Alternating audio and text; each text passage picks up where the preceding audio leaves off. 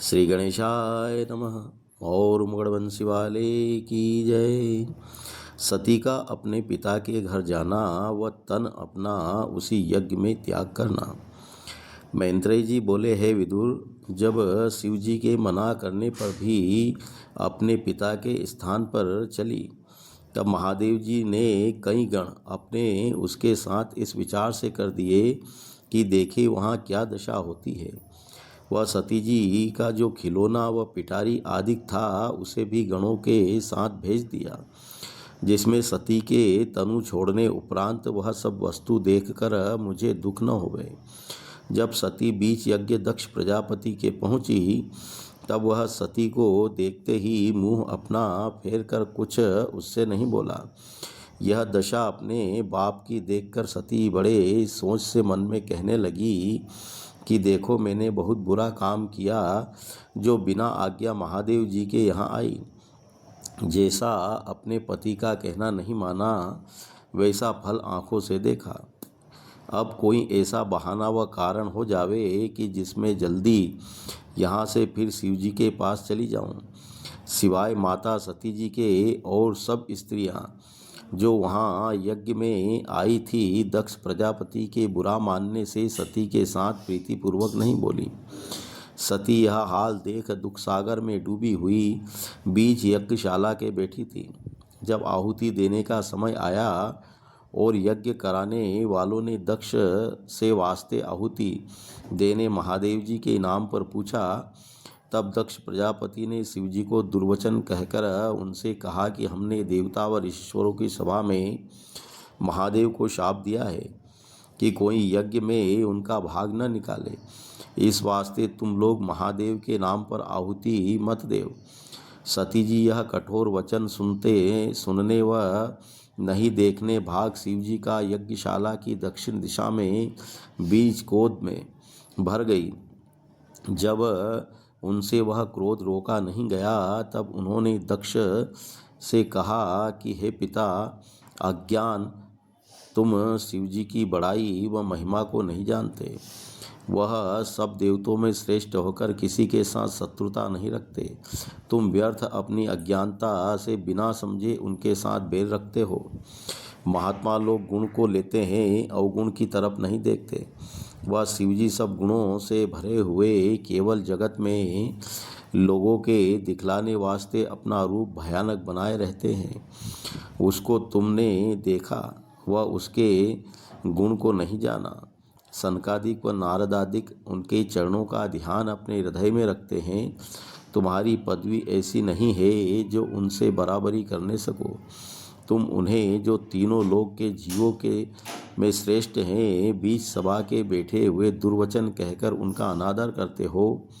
ऐसा न चाहिए। और तुम्हें क्या कहूँ, तुम मेरे पिता हो, पर मैं तुम्हारे आगे इसी क्रोध में यह तन अपना जो तुमसे उत्पन्न हुआ था त्याग देती हूँ, जिससे तुम्हारे ऐसे अधर्मी व अज्ञान के साथ शिवजी का नाता न रहे। तुम्हें पीछे से उनके साथ व्यर्थ शत्रुताई करने का हाल मालूम होगा। ऐसा वचन कहने उपरांत सती ने उसी जगह उत्तर मुँह बैठकर तनु अपना योगाभ्यास के अग्नि से जला दिया। जब शिवजी के गण जो सभा में आए थे यह हाल सती का देखा, तब क्रोध करके अपने अपने शस्त्र लेकर चाहा कि जो लोग यहाँ हैं उन्हें मार पीट के यज्ञ दक्ष प्रजापति का विध्वंस कर डाले। उस समय भृगु ऋषिश्वर जो उस सभा में बैठे थे, उन गणों की इच्छा जानकर यज्ञ की रक्षा करने वास्ते जैसे कुछ मंत्र पढ़ के अग्निकुंड से आहुति डाला, वैसे अग्नि पुरुष व वेताल व वीरभद्र तीन जने उस कुंड से निकलकर बोले कि हे ऋषिश्वर महाराज, जो आज्ञा हो सो पालन करें। जब भृगु ऋषिश्वर ने कहा कि महादेव के गण यह यज्ञ भ्रष्ट करने चाहते हैं, सो तुम लोग उन्हें बाहर निकाल दो। यह बात सुनते ही उन तीनों ने महादेव के गणों को धक्का देकर यज्ञशाला से बाहर निकाल दिया। नारद मुनि का महादेव जी के पास आना व सती के तन त्याग करने व गणों के निकाले जाने का हाल कहना। मैत्रेय जी ने विदुर से कहा कि जिस समय सती जी ने अपना तनु त्याग किया व महादेव जी के गण उस सभा से निकाले गए, उसी समय नारद मुनि यह सब हाल देखते हुए शिव जी के पास कैलाश पर्वत पर पहुँचे। शिव शंकर ने नारद मुनि को देखते ही दंडवत करने उपरांत बड़े आदर से बैठाल कर पूछा कि कहो मुनिनाथ, कहाँ से आते हो। नारद जी बोले कि महाराज, आपको यह बात मालूम है या नहीं, आज सती ने बीच यज्ञ दक्ष प्रजापति के तुम्हारी निंदा सुनने से तन अपना छोड़ दिया। वह भृगु ऋषीश्वर के मंत्र पढ़ने से आपके गण लोग भी निरादर होकर उस सभा से निकाले गए। इसका कुछ उपाय करना चाहिए। ऐसा कहकर नारद मुनि चले गए।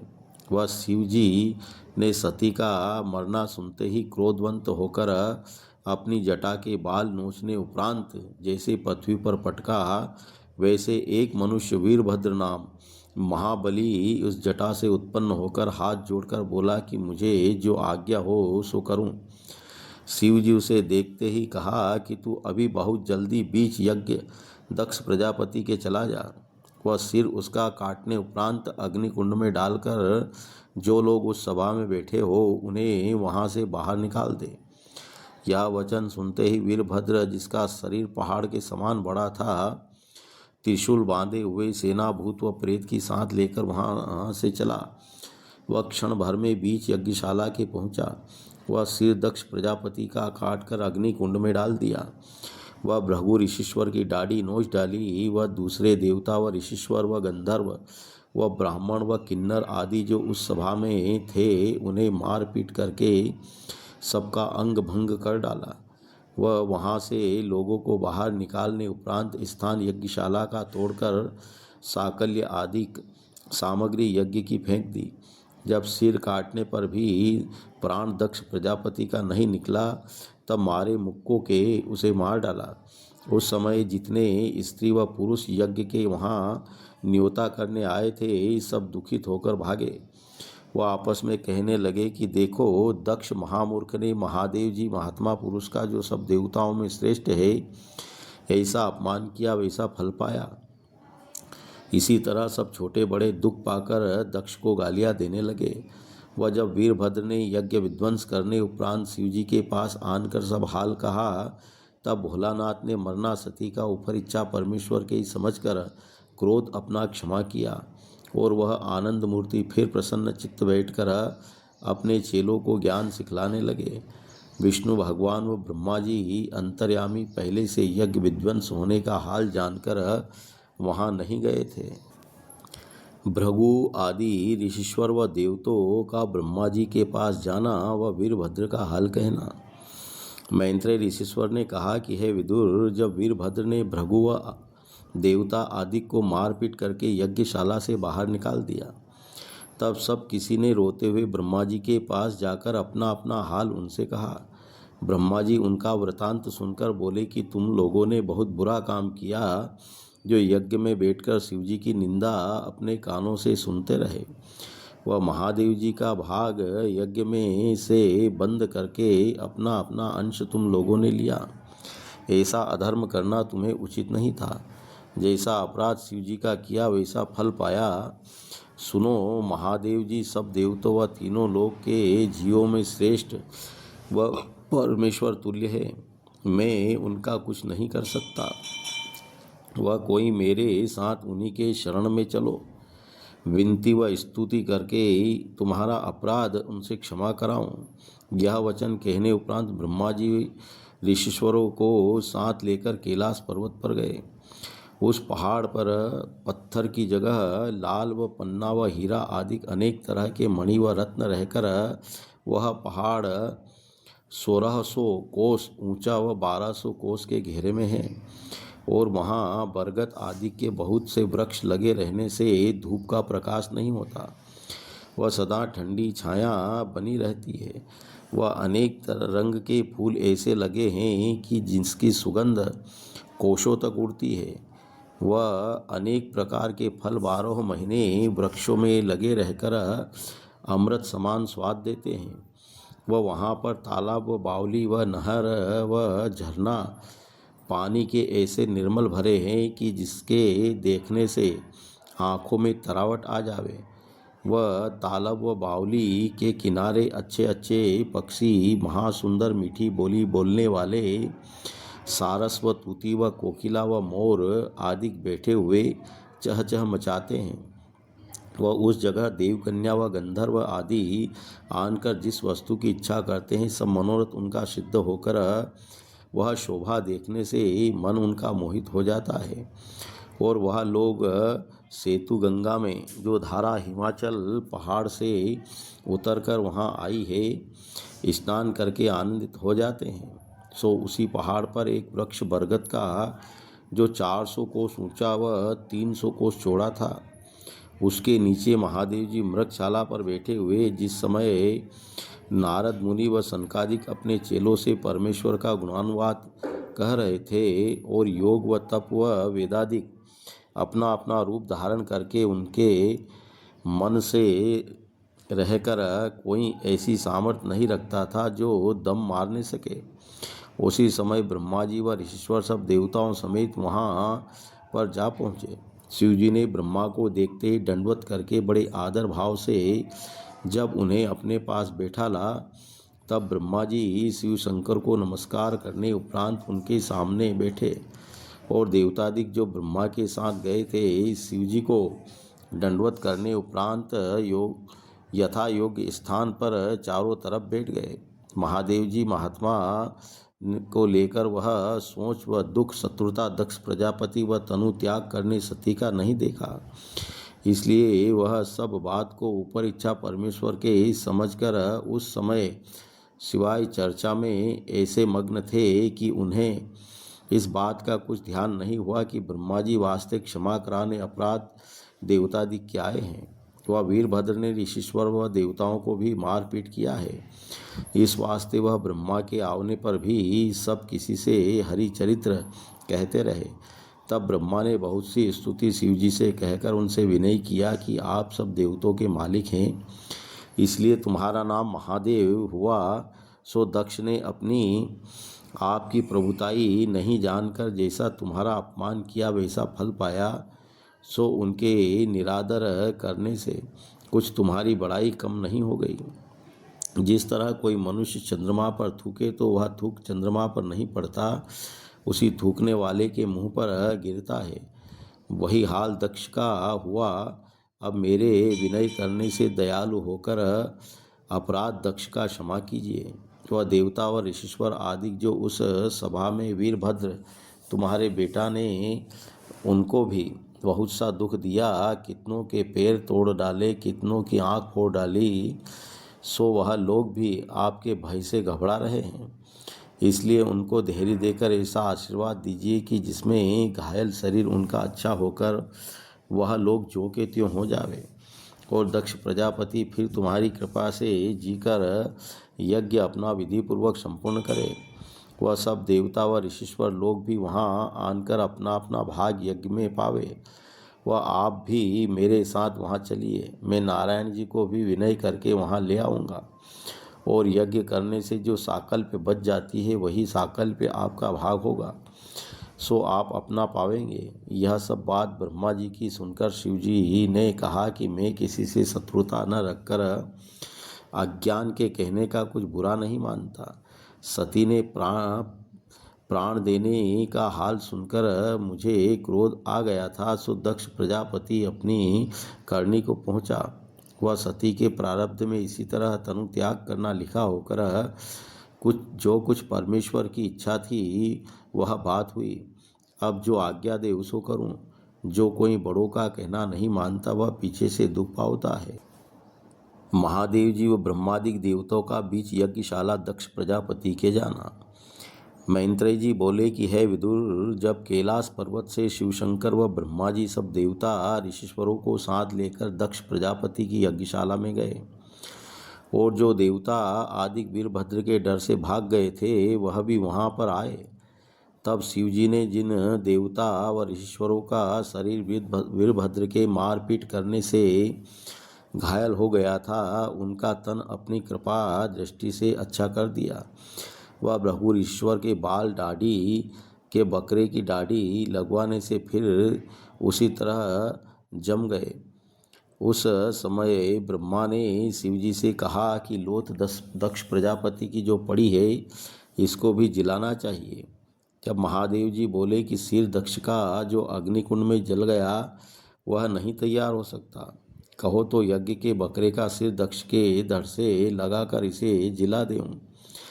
जब ब्रह्मा ने यह बात माना तब शिव जी ने बकरे का सिर दक्ष प्रजापति के धड़ से लगाकर उसे जिला दिया। वह शिव जी की कृपा से स्थान यज्ञशाला का फिर ज्यों का त्यों हो गया।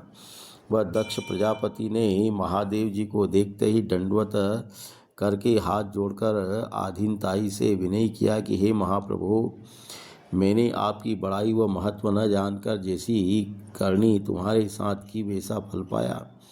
वह आप अपनी बड़ाई समझकर कृपा करके यहाँ आए, वह मुझे अपनी प्रभुताई से फिर जिलाया। वह मुझ अज्ञान का अपराध क्षमा किया। सच है कि जिनको परमेश्वर ने महत्व दिया है वह लोग छोटे व मूर्ख मनुष्य की बात पर ध्यान नहीं करते, और जितने देवता व ऋषिश्वर व गंधर्व व किन्नर आदि स्त्री व पुरुष दक्ष के यहाँ नियुक्ता करने आए थे वह लोग भी यह महिमा शिव जी की देखकर इसी तरह स्तुति करने लगे। जब महादेव जी की आज्ञा से दक्ष प्रजापति फिर यज्ञ करने बैठे तब ब्रह्मा व महादेव व विष्णु भगवान ने सब देवता व ऋषिश्वरों समेत उस सभा में बैठकर शास्त्र के अनुसार दक्ष के उस यज्ञ को फिर आरंभ कराया। यज्ञ संपूर्ण होते ही अग्निकुंड से यज्ञ पुरुष भगवान चतुर्भुजी मूर्ति ने वैजंती माला व कौस्तुभ मणि व फूलों के हार गले में डाले गरुड़ पर चढ़े प्रकट होकर दर्शन दिया। उनको देखते ही जितने छोटे बड़े वहाँ बैठे थे उठ खड़े हो गए। वह सबों ने उस पुरुष को साष्टांग दंडवत किया। वह दक्ष प्रजापति हाथ जोड़कर यज्ञ भगवान से बोले कि हे वैकुंठनाथ, इस यज्ञ के आरंभ में मुझसे महादेव का अपमान हुआ, इसलिए यज्ञ मेरा विध्वंस हो गया था। अब मेरा भाग्य उदय हुआ जो आपने दर्शन देकर मुझे कृतार्थ किया। वह यज्ञ मेरा तुम्हारी कृपा से उसी तरह संपूर्ण हुआ। अब दया करके ऐसा वरदान दीजिए कि जिसमें मुझको भी फिर दुर्बुद्धि न व्यापे। फिर भृगु ऋषिश्वर बोले कि हे दीनानाथ, मैंने ब्राह्मण व तपस्वी होने पर भी अपने क्रोध के वश नहीं किया, इस कारण मेरा यह दंड हुआ। दयालु होकर ऐसा आशीर्वाद दीजिए कि जिसमें क्रोध मेरा छूट जावे। किस वास्ते कि जब तक काम व क्रोध व लोभ व मोह अपने अधीन नहीं होते तब तक तुम्हारी मुक्ति नहीं प्राप्त होती। जब इसी तरह ब्रह्मा व महादेव व इंद्र व गंधर्व व लोकपाल व किन्नर आदि सब देवता व ऋषिश्वरों ने भी बहुत सी स्तुति उनकी की, तब यज्ञ पुरुष ने दक्ष से कहा कि मुझसे बहुत अनुचित हुआ जो महादेव का अपमान किया। सुनो, ब्रह्मा व विष्णु व महादेव तीनों देवता को तुम एक सा जानो। नाम जिस पुरुष निरंकार ज्योति का लोग जप कर अपना मालिक को उत्पन्न करने वाला जानते हैं, उसी के ध्यान में तुम भी लीन रहो, तब तुमको ज्ञान प्राप्त होगा। जिस समय यह बात यज्ञ पुरुष ने कहा उस समय आकाश से उन पर फूलों की वर्षा हुई। वह सब लोगों ने जय जयकार किया। तब यज्ञ पुरुष सब किसी को इच्छापूर्वक वरदान देकर वैकुंठ को पधारे। ब्रह्मादिक देवता और ऋषिश्वर अपने अपने रथ स्थान को गए। वह प्रजापति उसी दिन से शिव जी को अपना ईश्वर जानकर उनकी सेवा करने लगे। इतनी कथा सुनाकर मैत्रेय जी बोले कि हे विदुर, धर्म की मरीष्या नाम स्त्री, क्रोध व लोभ की मृत्यु आदिक बहुत से लोग उत्पन्न हुए थे। उनका नाम संस्कृत भागवत में लिखा है। जो कोई इस अध्याय को चित्त लगाकर कहे व सुने वह सब पापों से छूटकर परम पद को पावेगा। मौर मुगड़बंसी वाले की जय।